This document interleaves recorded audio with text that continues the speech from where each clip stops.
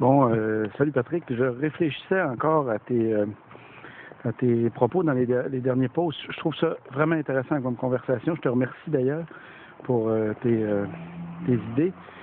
Écoute, j'y repensais puis je me disais, c'est drôle, on dirait que le système décrit un peu plus haut comme étant l'économie du don, au terme duquel on récolte 20% des fruits des arbres qu'on a donnés à des gens. On dirait que ce système-là, la principale critique qu'il reçoit quand on essaie de l'imaginer, c'est qu'il est trop payant pour la personne qui donne des arbres. C'est trop payant.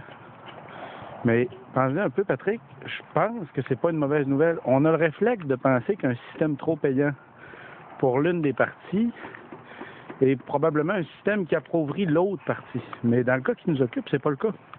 Tu sais, si c'était des intérêts qui étaient payés, si la personne payait systématiquement 20% d'intérêt sur une dette qu'elle aurait envers une personne, ce serait certainement un appauvrissement pour elle. Tandis que si la personne verse un usufruit à une personne avec laquelle elle est en coopération constante depuis la création des arbres qui sont sur son terrain,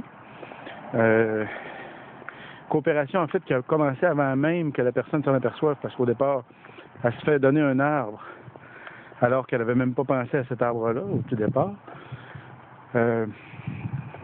Si cette personne-là a payé un lourd intérêt, c'est signe qu'elle s'est fortement enrichie. Traditionnellement, l'intérêt, je pense qu'on devrait parler d'ailleurs de deux choses différentes. On devrait parler d'intérêt quand on parle d'un prêt contre lequel on demande une rétribution plus grande, puis d'un usufruit quand on parle du système dont on parle ensemble.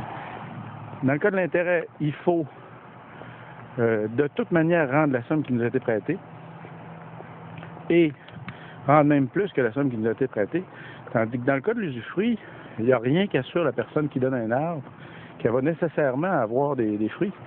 Ça peut arriver que l'arbre meure, ou ça peut arriver que la personne qui reçoit l'arbre décide de le brûler ou de le négliger. Si c'est le cas, il n'y en aura pas de fruits. Si la personne entretient l'arbre jusqu'à ce qu'il soit à une hauteur suffisante pour être récolté en tant que bois, mais qu'elle ne laisse pas fructifier, il n'y en aura pas de fruits. C'est que dans ces conditions-là, la personne qui donne l'arbre prend un risque, elle donne quelque chose contre quoi elle pourrait ne rien recevoir. Puis évidemment, dans ces conditions-là, le résultat qu'elle va pouvoir obtenir à long terme peut être vraiment gigantesque si elle persiste à collaborer avec la personne à qui elle a donné un arbre. Mais si jamais elle a un résultat gigantesque, c'est signe que toutes les personnes avec lesquelles elle a collaboré, c'est signe que toutes ces personnes-là ont des fruits en quantité encore plus grande. En fait, ils en ont systématiquement au moins 4 fois plus qu'elle. Fait que c'est des conditions dans lesquelles je pense que l'enrichissement de l'une des parties est absolument pas un mauvais signe. Fait qu'on y repense. Salut!